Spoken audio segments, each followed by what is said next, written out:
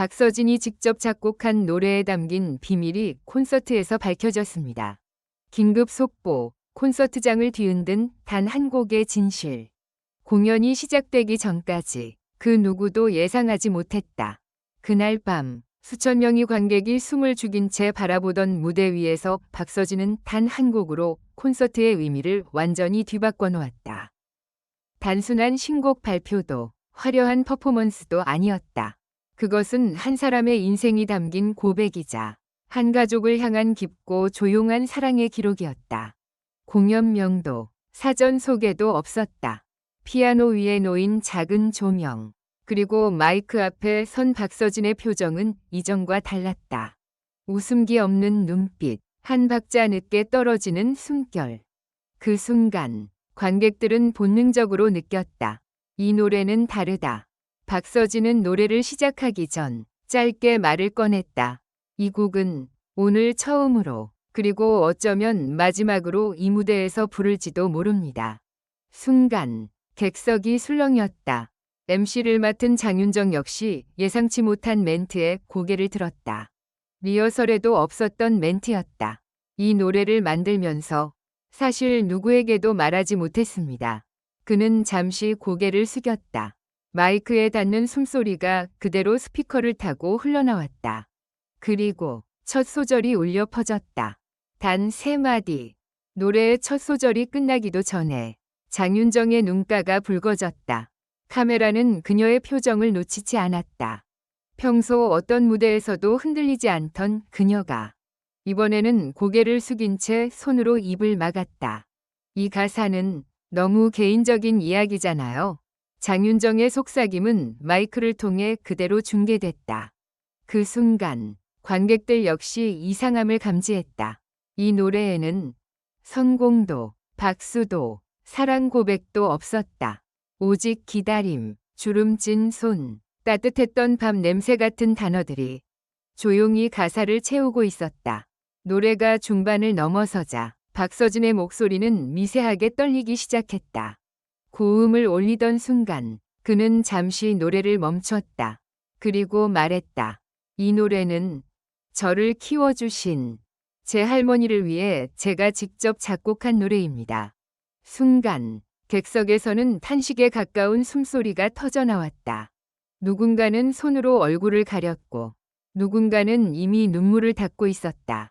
제가 무대에 서 있을 수 있었던 이유, 노래를 포기하지 않았던 이유, 전부 할머니였습니다. 박서진의 할머니는 그의 어린 시절을 묵묵히 지켜준 존재였다. 연습실 대신 작은 방, 스튜디오 대신 낡은 라디오 앞에서 그의 첫 노래를 들어준 유일한 관객이었다. 연습할 때마다 할머니는 항상 같은 자리에 앉아 계셨어요. 말은 안 하셔도 그 눈빛이 제 무대였습니다. 그는 그 기억을 멜로디로 옮겼다. 할머니가 잠들기 전 불러주던 자장가의 리듬, 비 오는 날 창가에서 들리던 낮은 허밍, 그 모든 것이 노래 속에 녹아 있었다. 노래의 마지막 후렴이 끝나갈 무렵 무대 뒤 스크린에 한 장의 사진이 등장했다. 젊은 시절의 할머니, 그리고 그 옆에 서 있는 어린 박서진. 관객들은 그제야 깨달았다. 이 노래는 단순한 헌정곡이 아니었다. 이별을 준비하는 노래였던 것이다. 할머니는 지금 제 노래를 직접 들으시진 못합니다. 그의 한마디에 콘서트장은 완전히 침묵에 잠겼다. 노래가 끝난 후 장윤정은 한동안 말을 잇지 못했다. 잠시 후 떨리는 목소리로 말했다. 이건 공연이 아니라 한 손자의 기도 같아요. 그녀의 말에 관객들은 일제히 고개를 끄덕였다. 이날의 무대는 엔터테인먼트가 아닌 인생의 한 장면이었다.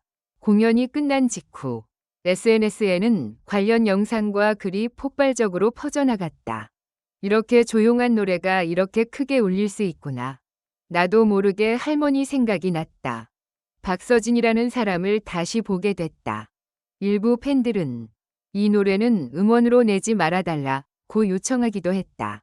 그만큼 개인적이고 그만큼 진심이었기 때문이다. 조명이 꺼진 뒤에도 관객들은 쉽게 자리를 뜨지 못했다. 그러나 진짜 이야기는 무대 뒤에서 시작되고 있었다. 노래를 끝낸 박서진은 무대에서 내려오자마자 한동안 말을 잃었다.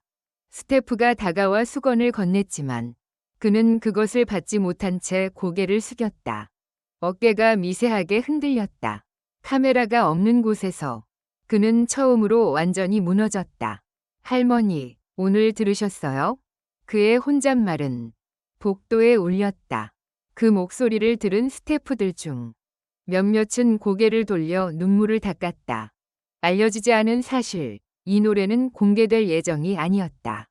관계자에 따르면 이 곡은 원래 콘서트 세트리스트에 없던 노래였다. 심지어 음원 녹음조차 하지 않았고 악보 파일조차 개인 노트북에만 남아 있었다. 이 노래는 할머니가 계실 때 직접 들려드리려고 만든 곡이었습니다. 그러나 상황은 달라졌다. 할머니의 건강은 급격히 악화되었고 박서진은 어느 순간 깨달았다고 한다. 지금 부르지 않으면 평생 못 부를 수도 있겠다. 그 결심은 공연 당일 새벽에야 내려졌다. 새벽 3시 혼자 연습실에 남아있던 이유. 공연 전날 밤 대부분의 스태프가 철수한 후에도 연습실 불은 꺼지지 않았다. 그 안에는 박서진 혼자 있었다. 피아노 앞. 한 번도 완벽하게 부르지 못한 그 노래를 수십 번, 수백 번 반복했다. 노래가 아니라 말을 해야 한다고 생각했어요. 그는 고음을 낮췄고 기교를 지웠으며 숨소리마저 그대로 남겼다. 그 노래는 가창이 아니라 고백이었기 때문이다. 장윤정이 리허설 없이 눈물을 흘린 이유. 공연 후 인터뷰에서 MC 장윤정은 이렇게 말했다. 저는 그 노래를 처음 들은 순간 무대를 보고 있는 게 아니라 누군가의 삶을 보고 있다는 느낌이 들었어요. 그녀는 첫 소절을 듣자마자 가사가 아닌 정서를 알아차렸다고 했다. 저도 어릴 때 저를 키워주신 분이 떠올랐어요. 그건 참을 수가 없더라고요. 장윤정은 그날 이후 그 노래 이야기를 꺼낼 때마다 잠시 말을 멈춘다고 한다. 관객 중 한 사람이 올린 글이 모든 것을 바꿨다. 공연 다음 날 한 관객이 올린 짧은 글이 온라인을 강타했다. 나는 오늘 박서진의 콘서트가 아니라 한 손자의 마지막 인사를 목격했다. 이 글은 단 몇 시간 만에 수만 번 공유되었고 댓글에는 비슷한 고백들이 이어졌다. 집에 돌아와 할머니 사진을 꺼냈다. 전화를 걸었다. 아무 말 없이. 이 노래는 사람을 멈추게 만든다. 또 하나의 충격. 노래의 마지막 가사는 공연 직전 바뀌었다. 사실 그날 불린 노래의 마지막 한 소절은 원래 존재하지 않았다. 공연 직전 박서진은 가사를 하나 더 추가했다. 다음에 태어나도 또 내 할머니 해주세요. 이 문장은 즉흥적으로 나온 말이었다. 그러나 그 한 문장이 노래를 완성시켰다. 박서진의 말, 이 노래는 제 커리어와 무관합니다. 공연 후 기자의 질문에 박서진은 단호하게 말했다. 이 노래로 상을 받지 않아도 됩니다. 차트에 오르지 않아도 됩니다. 그에게 이 곡은 성공을 위한 작품이 아니었다. 제 인생에서 가장 중요한 분께 늦지 않게 전하고 싶었던 말입니다. 결론, 노래는 끝났지만 파장은 계속된다. 이 콘서트 이후 많은 팬들은 이렇게 말한다.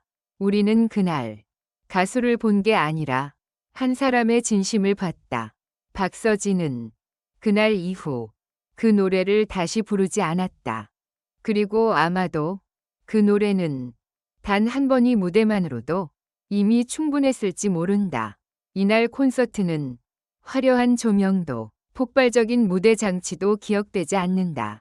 사람들이 기억하는 것은 단 하나. 마이크 앞에서 조용히 떨리던 한 남자의 목소리. 그리고 그 목소리에 담긴 사랑과 감사였다. 박서진은 그날 가수가 아닌 손자로 무대에 섰다.